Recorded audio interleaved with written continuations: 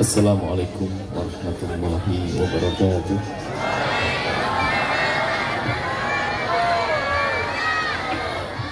Alhamdulillah الذي ألف بين قلوب المؤمنين فأصبحوا بنعمته إخوانا وصلاة الله وسلامه على الرؤوف الرحيم المبعوث رحمة للعالمين حبيبنا سيدنا محمد صلى الله عليه وسلم وعلى آله وأصحابه والتابعين لهم بإحسان إلى يوم الدين.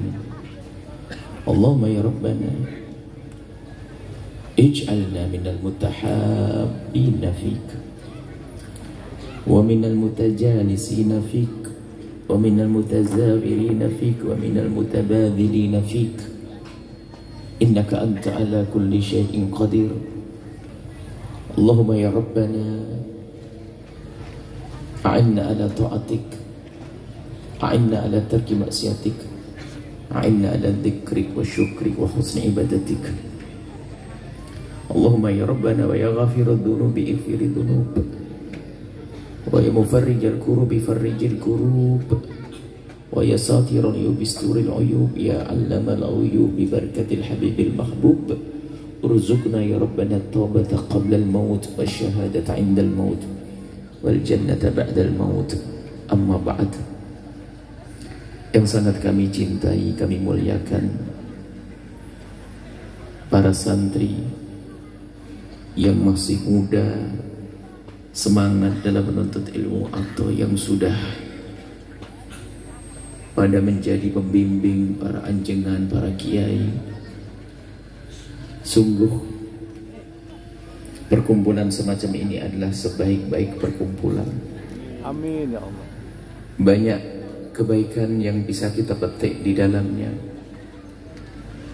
dan yang bisa memetik adalah yang sadar bahwa kita berkumpul di tempat ini bukan sekedar bertemunya jasad, akan tetapi kita bertemu jasad untuk mempertemukan hati kita, dan itu yang dirindu oleh baginda Nabi, membangun cinta di antara kita agar hidup kita itu indah di dunia sebagai muqaddimah keindahan kelak di surga. Para kekasih-kekasih Allah hidupnya adalah dengan cinta.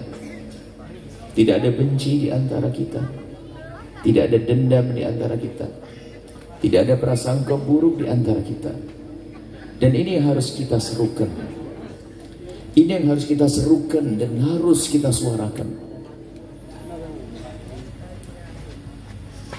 Di Bogor, di tempat ini, kami sudah mendengar dan sudah bertemu dengan sebagian dari beliau-beliau orang-orang soleh, para kiai-kiai, para anjengan-anjengan, perkumpulan para anjengan, perkumpulan para ustadz.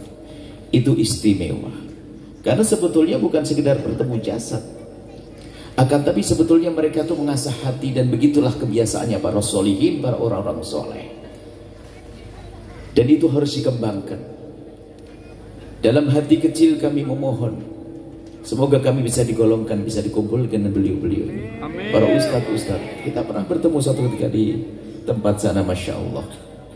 Kalau seandainya semua ustadz dari Sabang sampai Merauke punya semangat seperti beliau-beliau itu, niscaya tentram negeri ini. Kita biasa diadu hari ini, kita biasa dibuat bermusuhan hari ini, tapi orang-orang cerdas akan selamat, tidak akan bisa diadu. Pendekar-pendekar hebat tidak bisa diadu domba. Coba saja kita, pemilihan presiden berantem, pemilihan gubernur gulat, pemilihan kepala desa, bupati juga ribut, pemilihan kubu juga berantem. Karena biasa berantem, giliran pemilihan kepala ketua masjid juga berantem. Tapi di sini insya Allah tidak ada. Dan ini harus kita kukuhkan, bahwa perkumpulan ini harus benar-benar kita jadikan sebab bertemunya hati kita.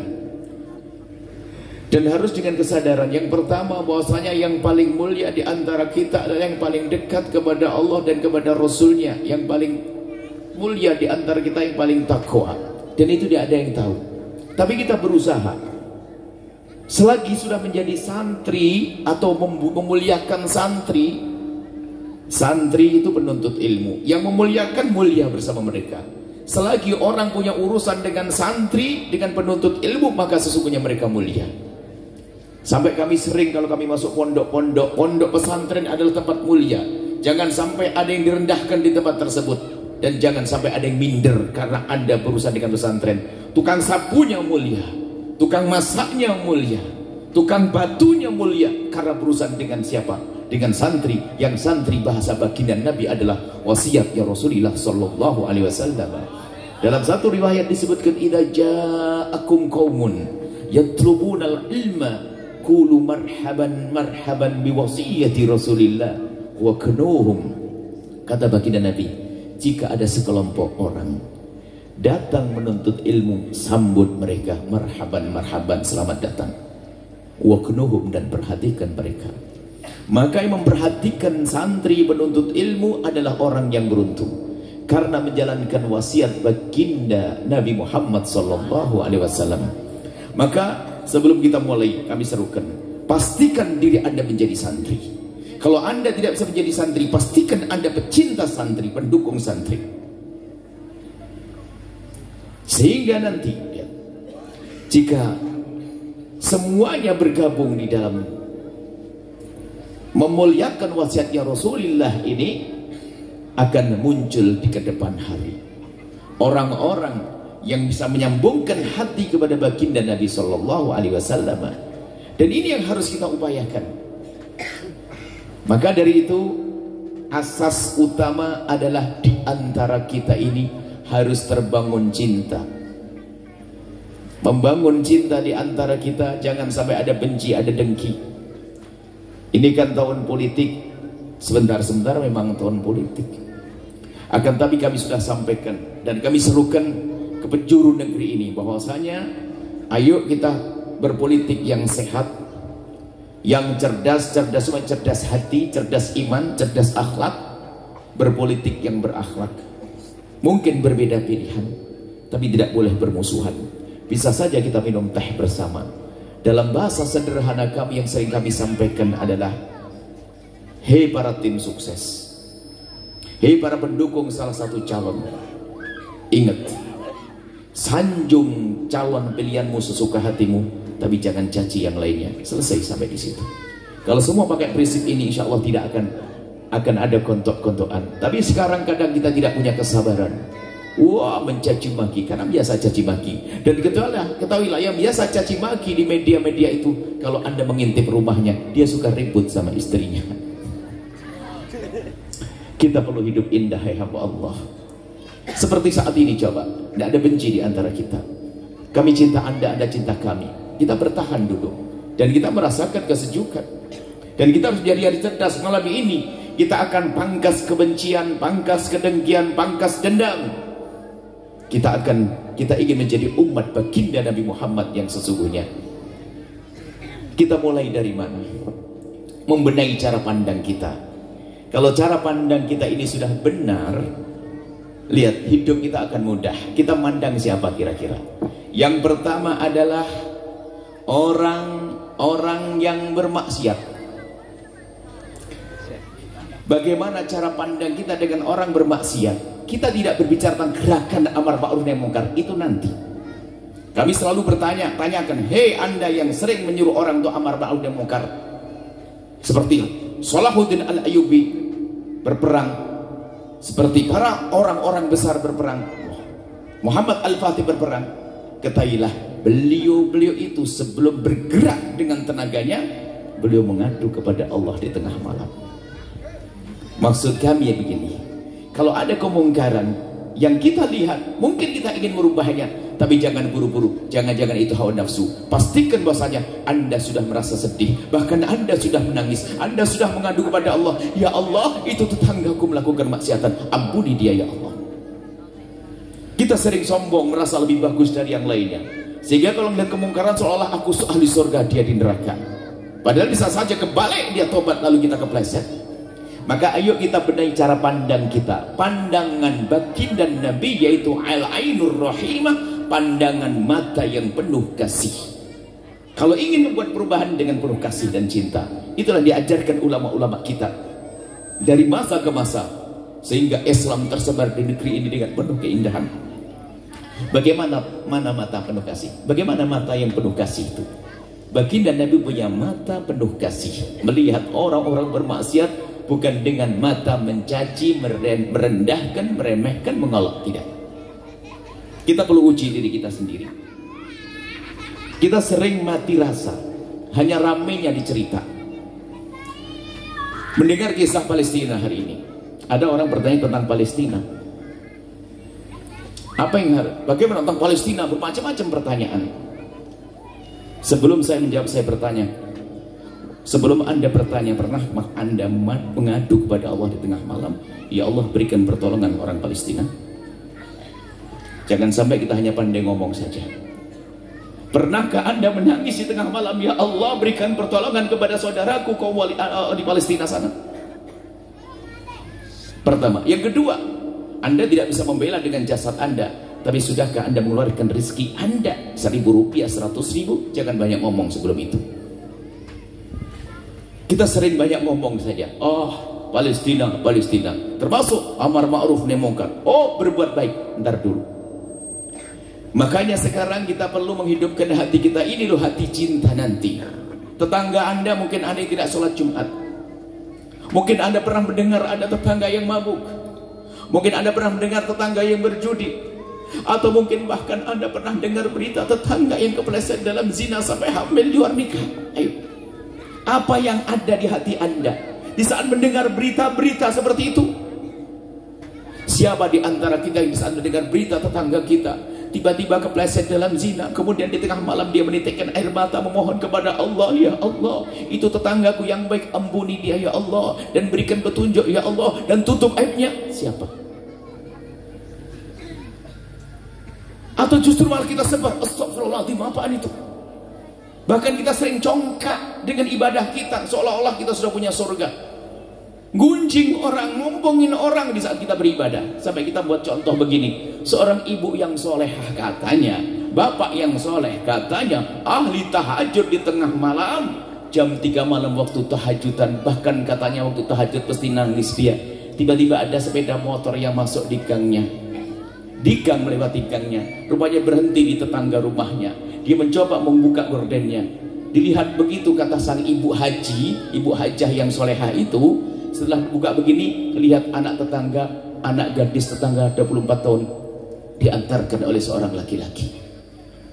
Apa kata sang ibu ini? Papa, ayah, tetangga, kenapa? Tuh lihat, diantarkan sama Allah. Kata suaminya apa? Astagfirullahaladzim. Diantarkan laki-laki, ya Allah, jam begini, Masya Allah. Sama, ibunya dulu juga gitu. Nah, dibawa-bawa sampai ibunya. Sudah begitu baik waktu tahajudan itu. Kalau memang orang punya iman kuat tidak akan begitu. Dia mengintip di korban, ditutup lagi, dia menitikkan air mata. Ya Allah, itu tetanggaku ya Allah. Melakukan kehinaan, jangan-jangan lakukan kehinaan. Aku mohon ya Allah, semoga itu bukan karena dia bermaksiat. Mungkin karena kehabisan angkot, atau kehabisan ini, atau khusnudon, bukan malah digunjing. Hari ini kita biasa menggunjing umat Nabi Muhammad. Sudah begitu ngaku cinta umat Nabi Muhammad, ngaku cinta Nabi Muhammad Sallallahu Alaihi Wasallam. Ini yang pertama. Tolong pandang orang bermaksiat, pastikan hati Anda hidup. Karena kalau orang bermaksiat sesungguhnya dia kecelakaan, dia akan kepleset ke neraka. Jangan sampai ditertawakan, diejek, digunjing. Tapi orang beriman yang sesungguhnya di saat melihat orang-orang bermaksiat, dia tidak lupa mengadu kepada Allah. Pastikan semacam ini supaya hati kita hidup. Kemudian kalau ternyata setelah itu kita mengingatkan dia, jangan datang ke rumahnya dulu sebelum kita matangkan hati kita bahwa aku mengingatkan dia karena Allah, bukan kesombonganku. Nah, kalau kita sudah pandai melihat orang-orang bermaksiat semacam ini, melihat orang soleh mah gampang, melihat orang-orang baik mah gampang. Kadang kita ini sering, istilah Imam Ghazali ini adalah orang yang maghrur, tertipu, congkak dengan ibadahnya. Imam Ghazali punya satu kitab Yang ini perlu dibaca oleh semua orang, namanya Al-Kashfu wa Tabyin. Itu menerangkan ketertipuan orang-orang ahli ibadah. Sudah merasa punya surga. Jadi dia ngeliat orang kemana yang kasihan tuh, merendahkan. Seolah punya jaminan surga. Nah ini yang pertama, ayo kita membiasakan memandang orang lain dengan penuh kasih sayang dan cinta. Kalau melihat tetangga kita bermaksiat, kita harus sedih. Kalaupun mengingatkan, tentu setelah kita memastikan hati kita sedih, bukan action saja. Yang pertama ini. Kedua, ini membangun cinta. Setelah memandang orang-orang bermaksiat, orang melakukan kesalahan, dan sekarang menggunjing orang hamil 2 nikah sudah biasa. Itu aib, seharusnya ditutup. Bahkan keluar uang Anda, keluarkan, biayai agar dia tertutup aibnya. Sampai habis harta Anda untuk menutup aibnya orang beriman, maka akan ditutup aib Anda di akhirat nanti. Menggunjing, ngomongin kejelekan orang, Masya Allah. Dan ilmu ini penting untuk tidak membicarakan kejelekan seseorang, untuk tidak mencari-cari kejelekan seseorang. Ini adalah rumus hidup yang paling indah kalau Anda faham. Termasuk kalau kita persempit urusan rumah tangga. Makanya kami selalu ingatkan, hei suami, hei istri, agar hidupmu indah, pegang rumus ini. Jangan engkau sebut kekurangan pasanganmu sampai engkau mati. Ingat, sebab kalau kekurangan pasti ada pada pasanganmu. Menyebut kekurangan pasangan itu kan menyakitkan hati. Dia bales nanti. Seorang laki-laki ngomongnya pakai yang. Ngomong ke si istrinya, yang. Kenapa sih hidung ayang kok begitu? Kan kurang ajar hidungnya. Pakai ayang nyebut hidung. Istrinya tersinggung langsung. Iya abang sayang, kenapa mulut abang juga begitu? Akhirnya caci maki dalam rumah tangga. Tidak boleh. Itu istrimu adalah amanat. Istrimu adalah ibu dari anak-anakmu. Jangan sekali-kali engkau menyebut kekurangannya. Jangan caci dia, tapi muliakan dia. Begitu sebaliknya. Loh, hidup gini kan enak. Kita biasa gaya merendahkan. Hati-hati kalau kita punya kesombongan, merendahkan orang lain, ini menjadi sebab akan runtuh hidayah itu. Ada baginda mengisahkan tentang dua model manusia. Yang satu disebut sebagai abid ahli ibadah, abid Bani Israel. Yang satu majin Bani Israel. Ini dikisahkan begitu. Nabi mengisahkan 2 model manusia. Yang abid, yang ahli ibadah ini terkenal di kampungnya bahwasanya dia orang baik, orang ahli ibadah. Dan begitu semangatnya dia ibadah, pergi ke atas bukit biar tidak diganggu oleh hiruk-pikuk manusia. Dia pergi ke atas bukit ibadah biar puas, pokoknya ibadah gak ada yang ganggu. Terkenal orang ini, bahkan dikatakan wali. Kalau orang zaman sekarang, yang satu lagi majin Bani Israel, preman pasar. Makanya ini adalah cerita untuk para preman. Dengar hai para preman, dan juga dengar para santri. Santri dengan preman nanti bisa menjadi selamat kalau hatinya benar. Dan ini akhirnya begini. Suatu ketika Allah menginginkan kedua model manusia yang berbeda ini bertemu. Sang ahli ibadah di atas bukit kehabisan bekal, maka dia harus pergi ke pasar. Sang preman pasar yang biasa bikin ontran-ontran, bikin gara-gara, bikin masalah di pasar, tiba-tiba tergerak hatinya pengen pergi ke atas gunung, pengen ketemu sang kiai. Pokoknya pengen ketemu anjingan. Pokoknya saya ingin ketemu, saya pusing, hidup saya sudah pusing. Saya pengen ketemu anjingan deh, minta doa mau diapain kayak terserah pokoknya. Tiba-tiba dia tergerak pengen naik ke atas bukit. Sang kiai anjingan turun dari atas bukit. Sang preman pasar naik ke atas bukit. Zaman dulu adanya jalan setapak. Jalan setapak itu kalau berpapasan tidak ada yang ngalah, maka ketahuilah pasti akan tabrakan. Maka beberapa saat mereka di tengah jalan setapak. Sang preman pasar itu melihat sang kiai jubahnya berkibar begitu, gemeteran dia. Astagfirullahaladzim, kenapa kok ketemu di sini, aku belum siap.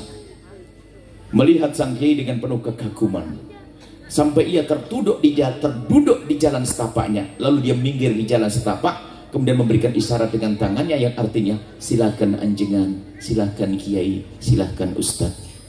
Sang kiai karena merasa kiai dihormati begitu sudah biasa, wajar, saya orang soleh, orang baik. Di saat dipersilakan begitu, langsung saja dia melompat melewati sang preman pasar, tidak menegur sapa dengan baik, juga tidak mengucapkan assalamualaikum. Sehingga sang kiai itu melewati sang preman tetap memandang sang kiai sampai hilang dari pandangannya, tapi tidak hilang dari hatinya. Apa yang terjadi disebutkan dalam kisah tersebut? Lihat, Allah Maha tahu di hati mereka.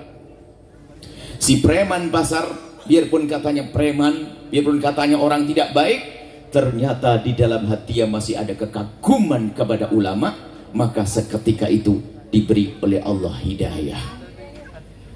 Begitu sebaliknya, orang yang katanya ahli ibadah ternyata merendahkan manusia, maka seketika itu dicabut hidayahnya oleh Allah, maka kebaliklah kisahnya.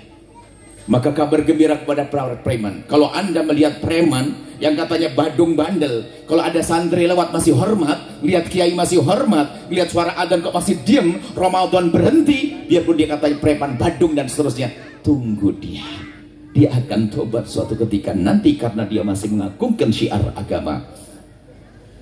Ini makanya, karena kuncinya di hati yang tersembunyi di dalam dirinya. Begitu sebaliknya, biarpun katanya orang ahli ibadah kembang merendahkan sombong, petentang peteteng, merendahkan orang lain, bermusuhan nanti pada akhirnya, maka tidak akan selamat. Karena kesombongan itu akan menjadikan orang jauh dari hidayah. Bahkan al-kibru batarul haq, sehingga susah menerima kebenaran. Nah, inilah yang harus kami hadirkan, bahwasanya ayo kita pandang saudara-saudara kita dengan mata kasih sayang dan mata cinta, bukan dengan mata merendahkan. Ini yang pertama. Orang-orang bermaksiat. Setelah itu kita menyeru, mengajak mereka untuk baik, amar ma'ruf nahi munkar. Tapi dasar amar ma'ruf nahi munkar itu dasarnya cinta. Sehingga bukan ingin menghancurkan, bukan merendahkan, tidak. Pasti mengambil cara yang paling lembut, paling bagus, sehingga mereka menjadi baik. Gimana caranya? Suami istri, kepada anak, kepada pembantu dan seterusnya.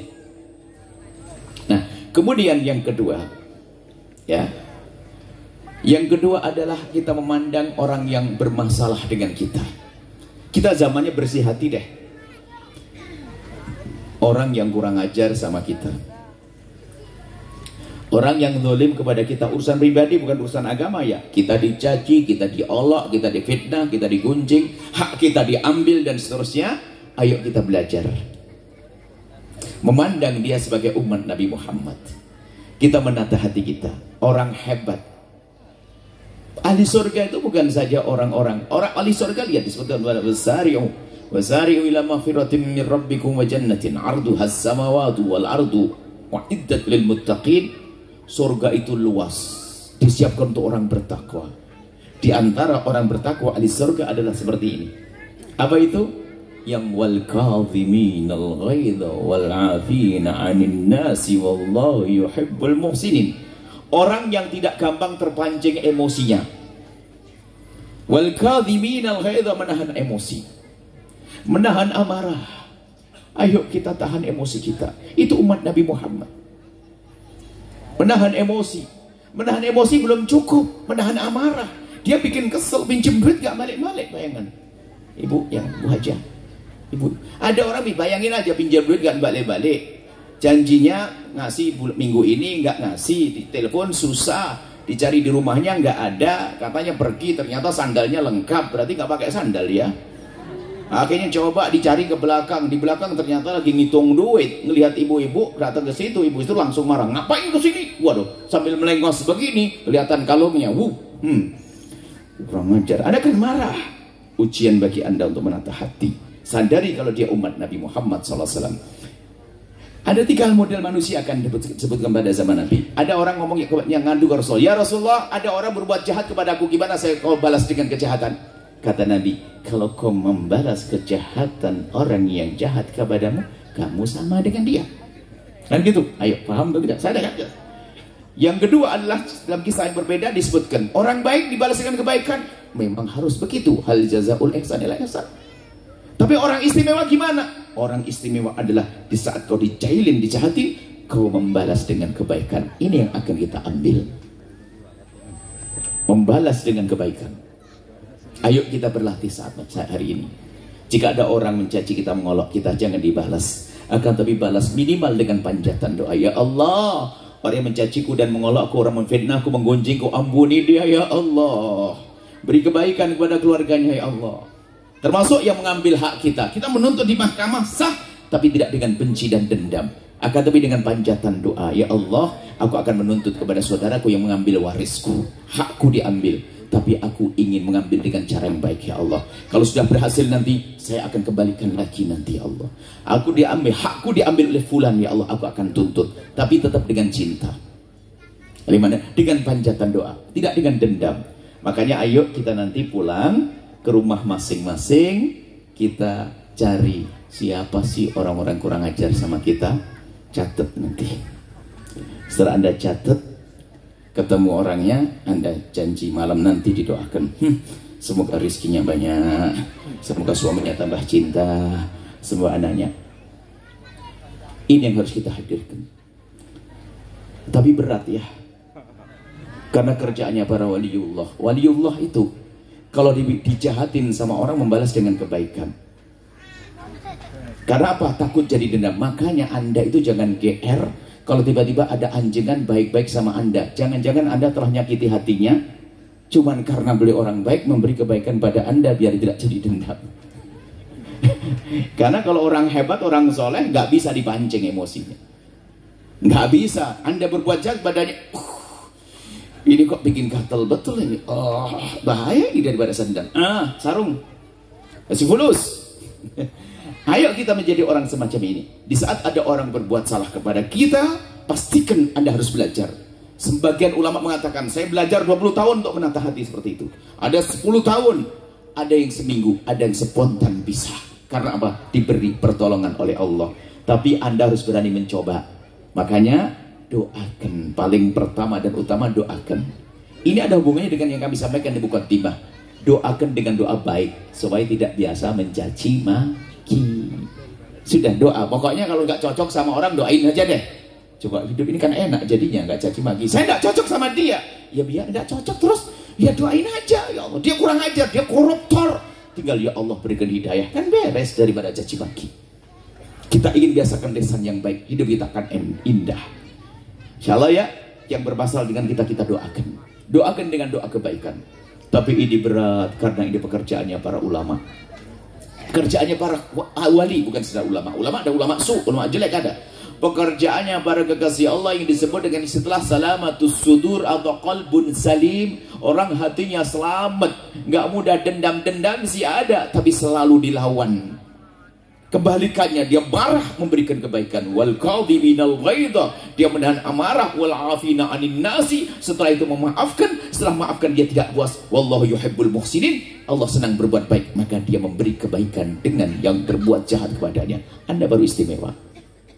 Kita harus mulai masuk wilayah ini supaya hidup kita enak. Jangan ribut dok. Sekarang ribut gak selesai-selesai. Rebutan waris. Padahal kaya, orang kaya rebutan waris. Itulah direndahkan berjalan di atas dunia, di atas bumi. Rebutan waris, padahal kekayaan ada semuanya. Bahkan yang direbutkan kadang-kadang sampai tanah atau toko kecil di pojok sana. Rebutan, pengen masuk neraka pokoknya. Sehingga yang berebut waris bukan saja orang melarat, orang kaya juga bisa rebutan waris. Bukan orang kaya saja, orang melarat rebutan waris. Meja patah kaki diberebutkan, yang penting aku masuk neraka. Kadang tidak sampai di situ karena hati kotor. Bukan saja orang bodoh, kadang orang alim pun rebutan. Kiai anjengan meninggal dunia, meninggalkan dua kiai-kiai muda, anak-anak muda, ustadz-ustadz muda, anaknya dua. Rebutan kantin pondok tidak selesai-selesai. Ayo, karena hatinya kotor. Mau jadi ustadz model apa itu? Ayo kita sekarang berbenah. Lah caranya apa? Ilmu malam ini. Pokoknya kalau kita diganggu sama orang, apakah saudara atau siapa, langsung malam kita ancam, awas nanti malam ya, kau kurang ajar banget sama aku. Nanti malam sholat 2 rakaat, kita ambil air wudhu, sholat 2 rakaat, tengahkan tangan, ya Allah, ampuni dia, angkat derajatnya, ampuni dia, muliakan dia ya Allah. Nah, kalau ternyata berat, betul kita manusia berarti. Kita bukan malah ekat, memang ini kerjaan berat. Belum saya kasih obat bius sebabnya. Ini operasi berat, nggak semua orang mudah bisa melakukannya. Maka di pungkasan majelis ini kami kasih resep obat bius. Setelah ini Anda pulang ke rumah, Anda bisa. Obat biusnya adalah sabda Nabi. Imam Muslim meriwayatkan satu hadis dari Abi Darda. Dari baginda Nabi SAW, Nabi bersabda, "Ma min abdin muslimin yad'u li akhihil muslimi ala dhahril ghaibi ila wa qala al malaku walaka bimithlin." Nabi pernah menyebutkan tidak ada seorang mukmin, tidak ada seseorang yang mendoakan orang lain di saat orang itu tidak ada di hadapannya. Makna tidak ada di hadapannya bisa saja fisiknya tidak ada di situ, atau secara makna dia berantem, ribut. Kalau kita mendoakan orang lain, orang yang lagi ribut dengan kita, yang jauh dari kita, maka malaikat menjawab, mengatakan walaka bimithrin, engkau mendapatkan yang serupa. Dikatakan para ulama apa? Ini doa yang sangat dikabul, doa ala dhahril ghaibi, doa yang sangat dikabul oleh Allah.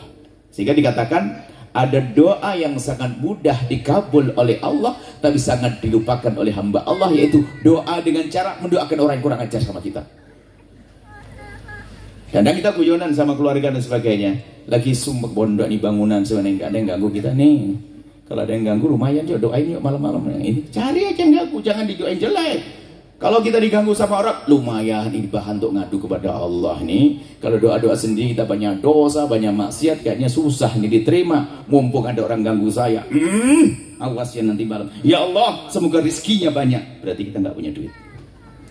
Nanti Allah tambah walaka bimithli malaikat, engkau mendapat yang serupa. Sudah. Ini jauh lebih cepat daripada kita harus tunggu kapan pergi umrah. Mau ke multazam, kapan ke multazamnya? Nunggu anjengan atau kiai, kadang susah ditemui karena beliau sibuk. Doa sendiri di rumah kita, di kamar kita yang sempit itu, doakan orang-orang yang bermasalah, khususnya saudara, kerabat yang bermasalah dengan kita. Jangan dituruti hawa nafsu, musuhi dia, rebutan waris, berantem. Tidak. Kita doakan. Kalau kita mau ngambil rumus ini, hidup kita akan indah. Diganggu sama orang ternyata senyum, kita punya ilmu kebal. Kita kebal karena kita adalah orang yang punya qalbun salim, hati selamat. Itulah ahli surga yang berjalan di atas bumi, sudah merasakan di surga biarpun belum masuk surga. Bagaimana merasakan di surga? Nggak ada musuhan. Kan enak begini nih, kayak kita ceritakan kiai-kiai anjengan kemarin. Coba lo kiai-kiai sama kiai musuhan. Tuh, kok bisa? Astagfirullahaladzim. Sama ustadz musuhan, kan repot ustadz sama ustadz musuhan. Tapi kalau ustadz akrab ini kan indah. Kita ketemu indah, ngelihat ustadz sebelah pondoknya maju, alhamdulillah. Santrinya banyak, alhamdulillah. Kemudian alhamdulillah, tak enak. Sama kalau hidup Anda indah, coba tetangga bangun rumah, Anda ikut seneng, padahal Anda tidak keluar modal. Senangnya gampang. Coba si hati busuk, tetangga bangun rumah megah, karena dia pejabat yang sebelah, korupsi pasti korupsi. Dia pejabat, tetangganya rumahnya megah juga, tapi bukan pejabat. Bingung dia, ngapain dia? Pasti punya tuyul dia. Nah kan, hati busuk selalu begitu. Baik, insya Allah ini sudah dikasih obat apa namanya, obat bius. Insya Allah coba nanti ke rumah masing. Jangan anda menolak ini obat. Anda harus bisa. Kita perlu belajar. Ngapain kita hadir majelis taklim banyak-banyak kalau kita tidak mencoba mempraktekannya? Kuncinya yaitu tadi yang kami sebutkan. Kalau kita sudah pegang kunci ini, hidup Anda indah. Anda mudah menghargai orang lain.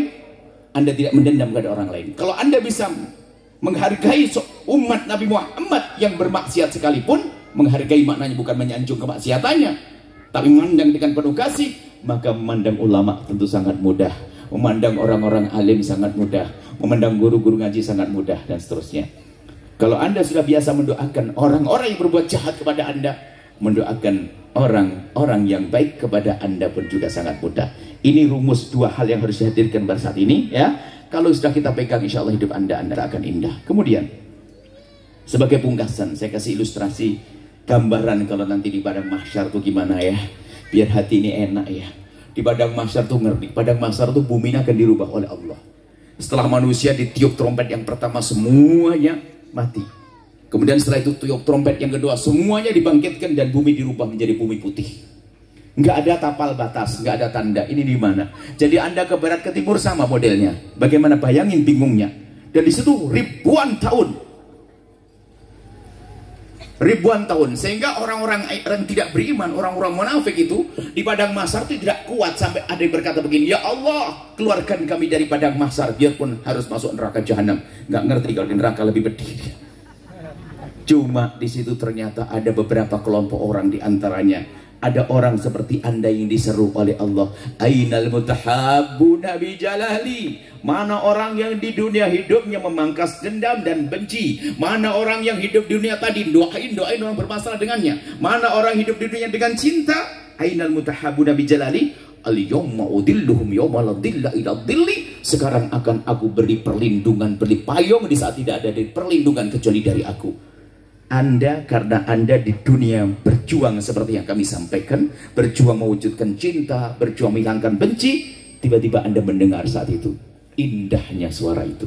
Allah yang menyeru Anda, ainal mutahabuna bi jalali. Kemudian kita mendengar suara itu, kemudian kita berkumpul, dan setelah kita berkumpul dikatakan padang mahsyar itu 50.000 tahun lebih. Ternyata bagi anda tadi yang hidup dengan cinta, nggak pakai benci, nggak pakai dendam, nggak pakai dengki, ternyata di padang mahsyar Anda diseru, pergilah kau meluncur ke surga laksana kilat. Bahkan dikatakan padang mahsyar yang panjang itu bagi orang kafir, orang munafik, orang ahli maksiat, ternyata dirasakan ma baina dhuhri wal asri, seperti setelah duhur masuk asar, kilat. Kemudian saya bayangin sebentar, Allah kan maha adil. Kalau ada orang didolimi di dunia, diizinkan untuk nuntut, dan itu hari ditegakkan keadilan sebelum masuk surga atau neraka. Sampai ayam jago yang dalam, yang zalim pada ayam jago yang lain, buat dibangkit Allah untuk nuntut. Kita pun diizinkan. Ibaratnya, hei Yahya, itu tuntut orang yang zalim kepadamu dulu. Nah, saya bayangin, Anda pernah dengar atau pernah tahu kan orang begini, kalau sudah diganggu sama orang, ada yang nyakiti dia, langsung begini, demi Allah, aku tidak rela, aku tuntut nanti di akhirat. Pernah dengar itu? Serem itu orang, jangan jadi menantu, batal dia. Serem banget orang kayak gitu. Bisa saja nanti Anda yang didendami. Itu jelek. Coba ada, kalau Anda akan yakin jeleknya akhlak itu, coba ibu yang soleha, Anda punya anak laki-laki ganteng, ganteng, punya mantu, calon mantu, dua pilihannya, cantik, kaya, pinter.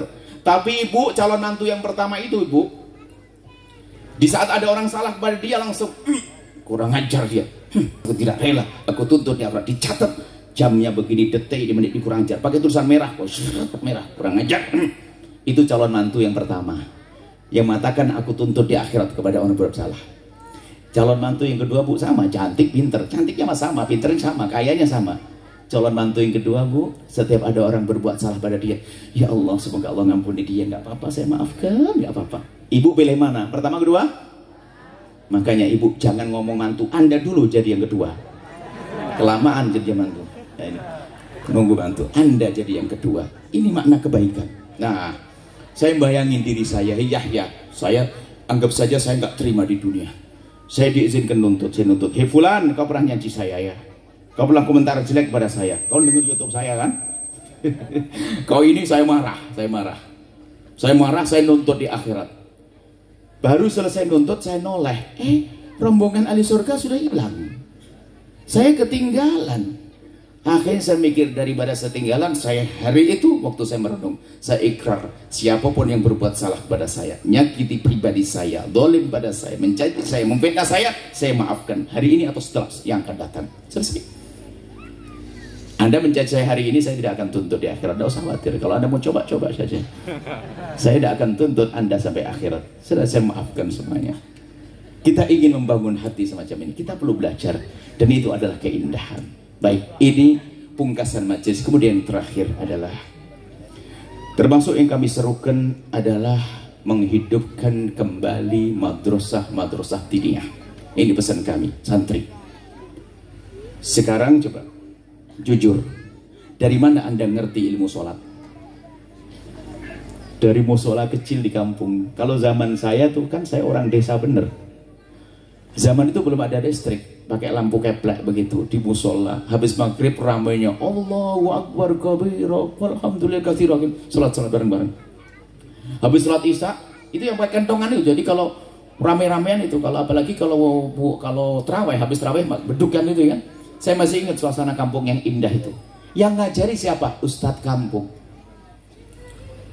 Nah, setelah itu ya, kita ingin kembali menghidupkan Ustadz di kampung itu.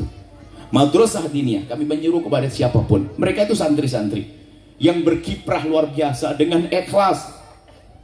Ada. Itu kadang nggak dikasih apa-apa, hanya dikasih sabun, beras 5 kilo, duit 50.000, 100.000 pun dicium duitnya, bukan karena cinta dunia, karena ini dianggap berkah. Ayo, ada yang jadi dosen di sini berani dikasih 100.000? Ayo, Mereka wali-wali tersembunyi, dan kami yakini itu mereka orang-orang hebat. Madrasah. Saya ketemu di madrasah ini karena di kampung kami ada, di Blitar sana, di sini ada madrasah yang orang yang ikhlas. Apalagi kalau musim panen, bagaimana mereka sambil manen padinya orang terus dapat bagian, kan begitu. Sehingga sering terlambat karena cari nafkah ini lumayan, cari nafkahnya saat itu sudah terlambat. Buru-buru dia mandi, habis mandi datang ke kelas karena nggak punya sabun cair, sabunnya sabun pelok, di kupingnya ada putihnya. Saya kebayang bulus waktu itu. Ini beneran kayak gini. Saya bayangin zaman itu luar biasa orang-orang ikhlas. Maka kami ingatkan kepada siapapun, ayo perhatikan madrasah diniyah, sisihkan rezeki Anda, khususnya Anda yang kaya-kaya, Anda yang sudah punya uang, atau yang tidak punya sekalipun, Anda pikirkan itu. Disitulah Anda kenal sholat, kemudian kembali kepada kiai-kiai kampung. Jangan Anda gampang terkagum-kagum dengan kiai terkenal, ustadz terkenal, tidak tahu akidahnya apa. Ini kadang-kadang kita gampang terpesona. Jujur Anda dengan saya saja, coba bertemu baru sekarang. Kemudian saya tanya, waktu mbah Anda meninggal yang datang kiai kampung atau saya? Kiai kampung. Mbahmu sakit yang ngurusi kiai kampung atau saya? Maka inilah kagum, menumbuhkan kekaguman dan cinta kepada kiai kampung harus kita hidupkan kembali. Sekarang gampang orang itu kalau sudah kenal sama kiai terkenal itu bahaya, sombong, ngeremehin ustadz kampung. Bukan level saya, dia itu gayanya. Makanya hati-hati kalau saya ada orang foto-foto itu kadang curiga tuh. Akhirnya fotonya kiai-kiai itu yang dipajang, kiai kampungnya enggak. Ayo jujur, Anda tobat kalau begitu. Ini hakikat, saya ngomong bener. Kenapa? Kalau seorang tidak peduli dengan kiai kampung, mau bagaimana mau bener? Wong kiai terkenal nggak pernah ketemu dia. Belum tentu akidahnya kiai terkenal itu, lihat. Sekarang akidahnya banyak gaduh-gaduh. Bisa ngomong, dok, penjual jamu bisa jadi penceramah, hati-hati. Sanad ilmunya di mana nggak ada. Makanya kami seru dari barat sampai timur, saya selalu ingatkan kembali. Ayo kembali kepada kiai kampung, madrasah diniyah. Kiai kampung luar biasa. Pernah suatu ketika ini kejadian juga di Jawa Tengah. Di Jawa Tengah bagaimana lupa kami. Ya kayak hadir majelis begini, cuman di rumah Sohibul Baitnya di belakang panggung. Jadi panggungnya depan rumah, di belakang. Kita duduk di rumah Sohibul Bait. Akhirnya kami bilang, kalau sudah waktunya, langsung aja biar gak kemalaman. Sebentar Bu ya, nunggu kiai. Saya bangga. Karena apa? Orang kampung masih nunggu sang kiai. Setelah lama saya biasa ngemil, ada kayak itu, ada betul nih persis model sukaan saya. Ya, camilan, kacang rebus dan sebagainya, apa gitu. Tiba-tiba diajak berdiri. Ayo ke panggung Bu ya. Loh, mana kiainya? Tadi. Astagfirullah. Saya kebayang ada satu orang datang pakai motor, kan pakai gang dari belakang, pakai motor, turun dari motor, pakai jaket, kopiah hitamnya taruh di dada. Anda bisa bayangin, taruh hitamnya taruh di dada biar tidak kena hujan bagaimana. Setelah itu sambil ngambil bungkuk-bungkuk itu pakai. Saking orangnya tawaduk, kalau masang koplok, masang topi aja sambil bunduk-bunduk begini. Lalu datang ke kami salaman. Saya tidak ngerti kiai, nggak ada yang kenalkan. Salaman saya biasa saja, teman saya itu saya biasa. Nggak saya hormati seperti ulama, ya biasa kayak orang datang. Saya nggak tahu kalau itu ustaz. Setelah itu setelah dikatakan itu ustaz, astagfirullah. Saya datangi, saya salami, saya ke mimbar cerita saya salah. Saya berubah topik saya waktu itu Maulid Nabi. Maulid Nabimu adalah kembali kepada ulama. Tidak akan beruntung satu masyarakat yang tidak bisa menghormati kiai kampungnya. Tidak akan beruntung selamanya. Karena yang sibuk adalah mereka. Jujur yang sudah di kampus-kampus, di mana Anda belajar sholat, wahai mahasiswa? Sebelum saya mondok di pondok-pondok yang selama ini Anda tuh, saya belajar pasolatan di mana coba? Ya sekarang madrasah-madrasah ini kalau gendengnya jatuh nggak bisa naik lagi. Termasuk prioritasnya para anjengan, kita akan seru kepada masyarakat nanti. Prioritasnya adalah membuat toilet yang sehat buat perempuan, yang aman. Sebab hari ini anak-anak sudah mulai gede, kadang-kadang umur 9-8 tahun, mohon maaf ke toilet, buang air kecil, anak sudah mulai gede, ada intip-intipan segala macam dan sebagainya. Sekarang kita perlu rapikan. Musola-musola, kalau perlu kita sekarang ada program kita. Program membuat toilet-toilet. Sehingga ibu-ibu kalau terawih itu kalau sakit perut bisa ke toilet. Sebab kalau sakit perut nggak ada toilet dia pulang, nggak balik lagi. Yang ketawa itu yang melakukan. Makanya jangan Jadi biasa begitu tadi kami insya Allah para anjengan kami bangga dengan anjengan kebersamaan di sini. Nanti bisa saja. Termasuk kami serukan di sini kan ada pesantren Al-Bahjah. Kami ajak semuanya bergabung dengan Al-Bahjah, tapi tetap ada syaratnya. Bagi siapapun yang sudah punya ikatan dengan anjengan, dengan kiai, boleh bergabung dengan Al-Bahjah, dengan catatan tidak boleh kau tinggalkan kiaimu. Kalau kau tinggalkan kiaimu, kau pengkhianat. Jangan kau bolehkan saya akan kau khianati juga nanti. Paham mana ini? Jadi ada Al-Bahjah di sini, lihat. Al-Bahjah Anda dengar, kalau ada yang ingin bergabung, ingat, tanda ketulusanmu adalah jika engkau punya ikatan dengan kiai-kiai, guru-guru Anda semakin kuat dengan gurumu. Dengan kami babnya bonus. Tapi kalau Anda mutus, tidak. Bukan begitu caranya. Dakwah bukan rebutan donatur, bukan rebutan pendukung. Tapi dakwah pengen selamat. Kita ingin melengkapi. Yang melengkapi kok malah dijadikan nomor satu, kan nggak bener. Kami datang ke sini untuk melengkapi lah. Asasnya sudah ada, banyak anjungan-anjungan punya pondok-pondok, Masya Allah. Kita babnya tambahan. Maka kami seru untuk bergabung dengan Al-Bahjah, tapi dengan catatan, ingat, banyak anjengan-anjengan. Kalau Anda sudah punya ikatan, justru sambungkan kami dengan beliau. Jangan Anda putus dengan beliau. Itu hakikat dakwah itu begitu. Santri pun nggak perlu rebutan santri. Makanya tolong Abah Haji Koko, kalau sudah ada santri dari pondok lain, jangan boleh mondok ke tempat kita kecuali ada izin resmi dari sang kiainya, biar saya semakin dekat.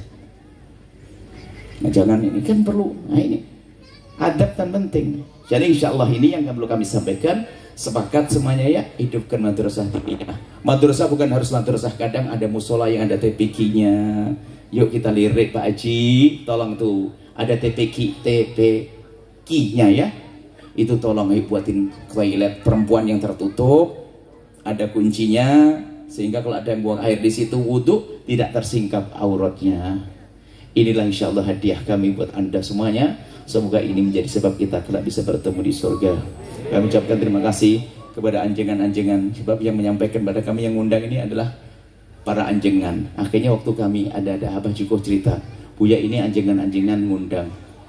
Yang hebat mereka, orang-orang yang hatinya hebat. Ini jadi kami minta didoain biar saya istiqomah. Ini para anjengan, ini luar biasa. Tolong terus jalin. Apa artinya kalau kita tidak menyambung hati? Mau sombong, neraka, ikut Abu Jahal. Baik semakin akrab, dan tolong nanti saling dukung pondok-pondok yang lain, khususnya yang di tim Al-Bahjah. Jangan hanya melihat Al-Bahjah, tolong lihat madrasah-madrasah diniyah yang lainnya. Justru kami pengen bahasanya adanya Al-Bahjah ini akan menjadi sarana untuk obrolan. Misalnya anjengan-anjengan nanti kalau duduk dengan tim kami ngomong, madrasah di sana rusaknya keterlaluan. Ayo kita selesaikan bersama. Karena itu yang hebat, yang ngajari sholat, orang kampung dan seterusnya. Masya Allah, ini saja yang bisa kami sampaikan. Alamat kalau di Al-Bahjah, tapi kan sudah tahu rambu-rambunya, jangan gampang bergabung dulu. Anda selesaikan dulu dengan guru Anda, tidak boleh putus. Ingat, ini kami ada tahfidz Al-Bahjah. Al-Bahjah ada tahfidznya, tahfidz Al-Quran di dalam, tepatnya di Kampung Cigamea 2 ya, Desa Situ Udik, Kecamatan Cibung Bulang, Kabupaten Bogor. SMP IQ-nya, dan insya Allah tahun depan sudah ada SMA-nya. Amin insya Allah. Jalan Kiai Haji Abdul Hamid, Jejer ini insya Allah. Desa Sukamaju, Kecamatan Cibung Bulan, Kabupaten Bogor. Ini informasi. Yang ingin silaturahmi ke sana silakan. Tapi itu tadi semua ada rambu-rambunya. Memperbanyak saudara itu penting. Baik, terima kasih pada semuanya. Pada ibu-ibu, salam takdim buat suami. Tolong amanat dari saya. Salam suami, cium tangan suami, sama tolong ibu gigit kupingnya. Kalau Anda tidak menjalankan, Anda jangan ngaji sama saya. Itu cara saya. Kalau bapak-bapak agak serem, gigit hidung istrimu. Hidup itu jangan lempeng-lempeng, maksudnya kalau di rumah tuh yang usil Pak. Biarpun ustadz tuh modelnya hanya serem di mimbar, di rumah usil. Ustadz tuh tanya aja ustadz tuh, ustadz pulang ke rumah ke istrinya, assalamualaikum wahai istriku, sebentar abah menyelesaikan 2 juz dulu. Ustadz, saya tahu rahasiamu. Kalau memang kalau dengan istri harus begitu, jangan yang indah hidup di rumah tuh yang riang gitu loh ya. Suami buru-buru sayang buatin sambel, istrinya nggak selesai. Kenapa? Karena ulek uceknya disembunyikan sama sang suami. Irama hidup itu. Jadi jangan kenceng-kenceng Bu ya. Digugit kupingnya nanti. Yang jomblo semoga dapat pasangan yang soleh. Berdoa pelan-pelan sayang. Insya Allah ini dapat yang soleh, yang bisa muliakan kalian. Jangan asal pilih, jangan ketemu di medsos langsung nikah. Harus melalui rekomendasi, tanyakan anjengan ini cocok tidak buat saya, ini jangan nuruti hawa nafsu, tanya guru dan sebagainya. Ya, insya Allah dapat yang baik semuanya, amin. Baik, kita tutup dengan doa. Bismillah. Mumpung ada orang-orang soleh, kita numpang, kita yang doa, beliau yang ngamini, dikabul oleh Allah insyaallah. Kita numpang. Bismillahirrahmanirrahim. Alhamdulillahirabbil alamin. Allahumma shalli ala habibina sayyidina Muhammad wa ali sayyidina Muhammad. Allahumma ya Allah, ya Rahman, ya Rahim. Pandang kami dengan kasih sayang dan cinta darimu ya Allah. Kami mohon ya Allah, seperti Engkau pertemukan jasad kami saat ini, pertemukan hati kami dalam cinta karenamu ya Allah. Jauhkan kami dari fitnah kebencian, jauhkan kami dari fitnah dengki ya Allah, jauhkan kami dari fitnah dendam ya Allah. Maka kami mohon ya Allah, jika ada orang berbuat salah kepada kami, menyakiti kami, zalim pada kami, aniaya kepada kami, menfitnah kami, menggunjing kami mohon ampuni dia ya Allah. Jangan hukum dia ya Allah, berikan kesadaran ya Allah, berikan segala kebaikan ya Allah, karena dia umat kekasihmu Nabi Muhammad ya Allah. Dan kami mohon ya Allah, berikan kepada hati kami hati yang penuh, jadikan hati kami hati yang penuh kasih kepada umat kekasihmu Nabi Muhammad. Jauhkan kami dari merendahkan hamba-hambamu, jauhkan kami dari menggunjing hamba-hambamu ya Allah.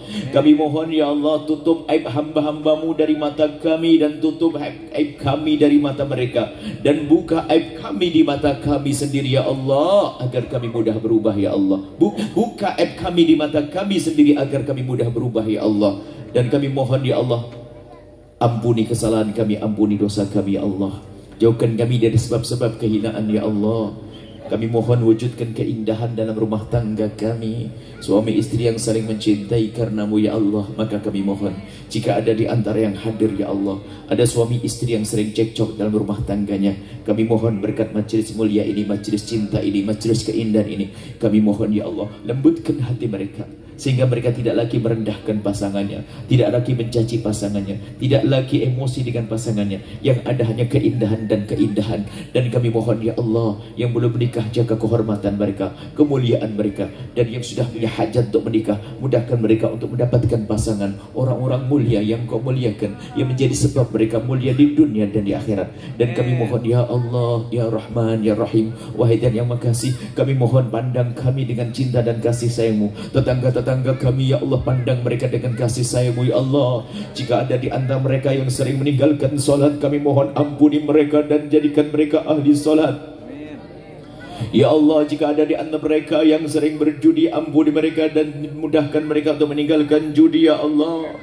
Tetangga ke kami ya Allah, siapapun yang mendengar suara ini, yang ya Allah, berikan kepada mereka segala kebaikan, rezeki yang halal penuh berkah, jadikan mereka ahli solat. Yang menghantarkan sopir-sopir angkot, sopir-sopir taksi semuanya ya Allah, yang melewati tempat ini, berikan kepada mereka segala kebaikan ya Allah.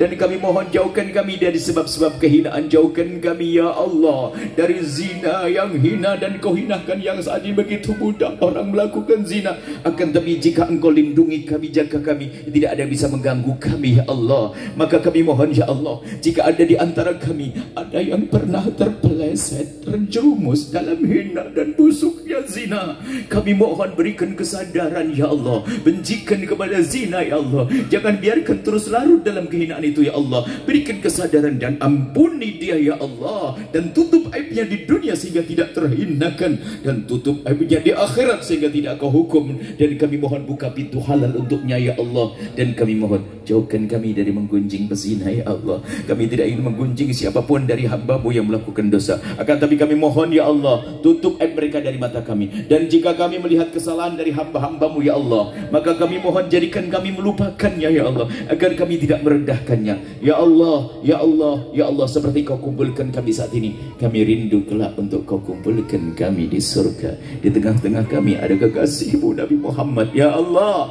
ada kekasih-Mu Nabi Muhammad. Dan kami mohon ya Allah, berkailah hati kami berkat kekasih-Mu Nabi Muhammad, berkailah jasad kami berkat kekasih-Mu Nabi Muhammad, berkailah rumah tangga kami kami berkat kekasih-Mu Nabi Muhammad. Berkailah usaha-usaha kami berkat kekasih-Mu Nabi Muhammad. Berkailah pesantren kami berkat kekasih-Mu Nabi Muhammad. Berkailah toko-toko kami berkat kekasih-Mu Nabi Muhammad. Berkailah madrasah-madrasah kami berkat kekasih-Mu Nabi Muhammad. Berkailah kebun kami ya Allah, semua usaha kami berkat kekasih-Mu Nabi Muhammad. Berkailah umur kami berkat kekasih-Mu Nabi Muhammad. Berkailah ilmu kami dan berkailah perkumpulan ini ya Allah. Dan kami mohon ya Allah, ya Allah, ya Allah, jika ada orang yang pernah tersakiti hatinya oleh kalimat kami, oleh perilaku kami ya Allah, kami mohon ganti dengan kebahagiaan ya Allah. Jangan sampai ada orang yang tersakiti hatinya oleh kami lalu menjadi dia dendam kepada kami. Tidak ya Allah, kami mohon ganti dengan segala kebaikan dan lapangkan hatinya agar memaafkan kami ya Allah, ya Allah. Dan kami mohon ya Allah, makmurkan pesantren-pesantren, madrasah-madrasah, para anjengan, para kiai-kiai, para habaib yang ada di kiri kanan tempat ini ya Allah.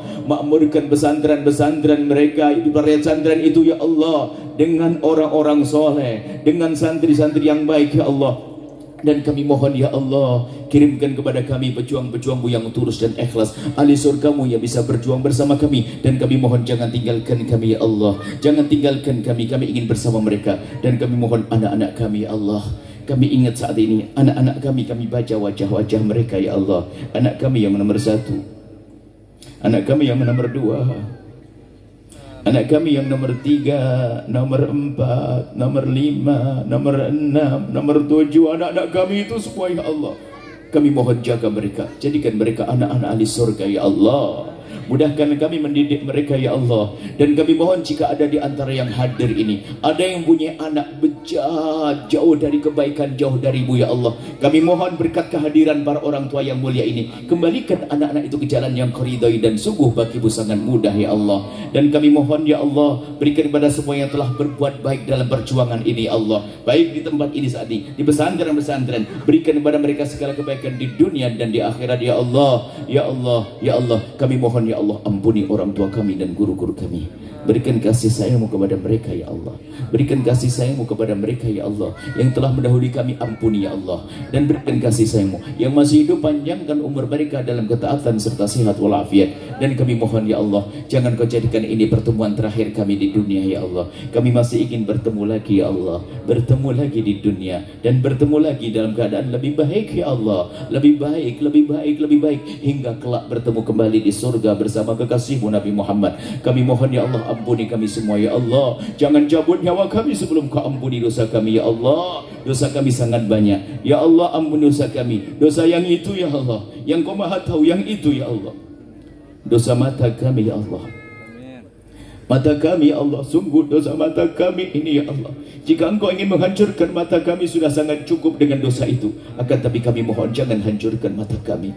Yang pernah kami lihat dari yang Kau murkai, kami mohon ampuni ya Allah. Dan kami mohon jauhkan kami dari melihat yang Kau murkai ya Allah. Jaga mata kami ya Allah, dari mata ini Allah akan merusak hati kami ya Allah. Jaga mata kami dari melihat yang haram ya Allah. Dan ampuni dosa mata kami, ampuni dosa telinga kami ya Allah, ampuni dosa syahwat kami, ampuni dosa kami semua. Jangan cabut nyawa kami sebelum Kau ampuni dosa kami. Dan kami mohon ya Allah, berikan ampun, jaga para anjingan-anjingan ini Allah. Panjangkan umur mereka dalam ketaatan serta sehat walafiat. Dan jadikan kami dengan mereka hamba yang saling mencintai karena-Mu, bertemu dalam kebaikan di dunia, berjaya di dunia hingga kelak di surga bersama kekasih-Mu Nabi Muhammad. Dan kami mohon ya Allah, panjangkan umur kami semua dalam ketaatan serta sehat walafiat ya Allah. Dan kami mohon ya Allah, berikan kepada kami husnul khatimah, husnul khatimah kelak setelah panjang umur. Dan kami mohon ya Allah, kelak saat Engkau hendak mencabut nyawa kami ingin saat itu ya Allah, saat Kau cabut nyawa kami ingin saat itu hati dan lidah kami mampu mengucapkan kalimat agung dan mulia, la ilaha illallah sayyidina Muhammadur Rasulullah, la ilaha illallah sayyidina Muhammadur Rasulullah, la ilaha illallah sayyidina Muhammadur Rasulullah sallallahu alaihi wasallam. Rabbana atina fid dunya hasanah wa fil akhirati hasanah wa qina adzabannar. Wa sallallahu alaihi sayyidina Muhammadin wa ala alihi washabbihi wasallam. Alhamdulillahirabbil alamin. Al-Fatihah.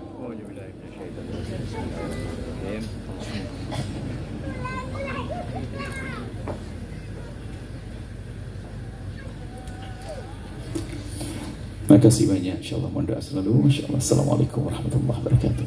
Waalaikumsalam warahmatullahi wabarakatuh.